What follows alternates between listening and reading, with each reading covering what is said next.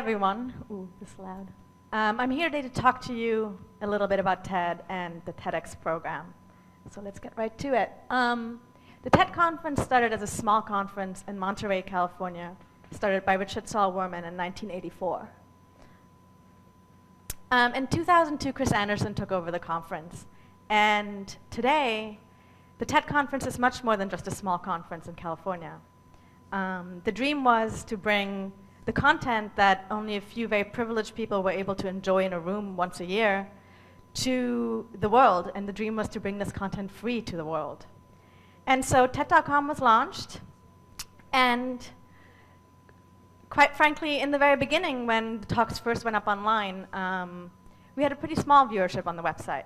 However, we started receiving messages from people, and we realized pretty quickly that when people did come to the website and view a talk, there was this incredible emotion that was evoked after they'd seen a talk. And we started getting these types of messages like, I'm sitting at my desk at work, tears running down my face watching Majora Carter's presentation and thinking, I love this woman. So we kind of realized pretty quickly that we had something very powerful there. People were really connecting with these talks online. And over the years, we started getting these runaway hit videos like Hans Rosling's talk on TED.com, which is very popular. And today, we have had more than 800 talks views on TED.com, more than 375 million times. So how did we get here? How did we get from just being a small conference to being a not-so-known website to having more than 375 million views online? Well, we reminded ourselves that the dream was to bring the content to the world, and we thought, well, are we really bringing this content to the world? After all, the talks were all in English on TED.com, and so there was a sort of limit to the access we had worldwide to people. And so we embraced this concept of radical openness with the goal of spreading ideas. And we thought we're going to enlist the community that we already have on TED.com to help us bring this content to the world, and we launched the TED Open Translation Project. The TED Open Translation Project is a project that allows individuals across the world, volunteer translators who are already on TED.com, to translate any talk they like into their own native language, and therewith bring you the subtitled talks into the world, into your living room, in their native language. And so we had this incredibly passionate volunteer group of people on the website who wanted to bring this content to their people so they could understand it and watch it in a subtitled fashion. And that's how the project was born.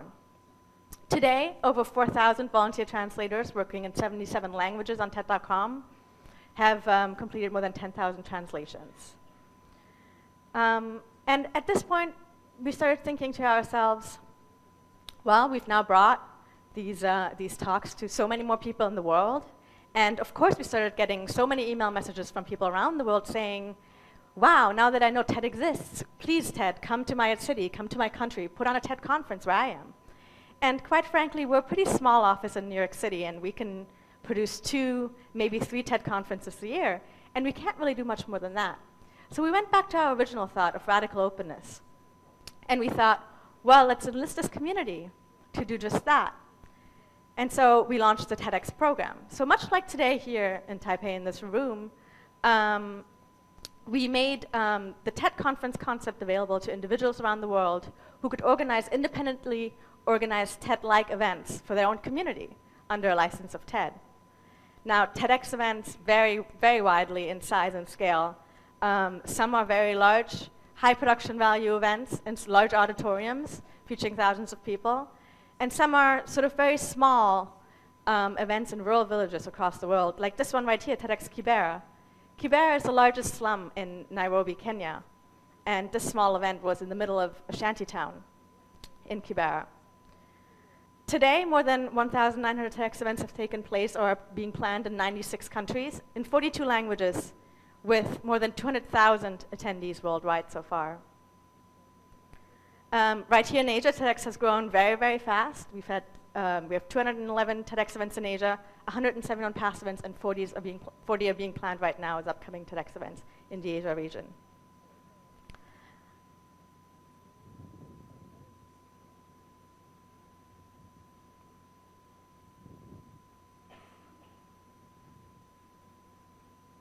And so we've had this opportunity to envision what TEDx could be with the help of the community that really took this concept to heights that we couldn't have done ourselves in New York. And so we invite you today to, right here at TEDxTaipei, envision what TEDx can be. And we also invite you to embrace the open models in the spirit of ideas worth spreading. Thank you.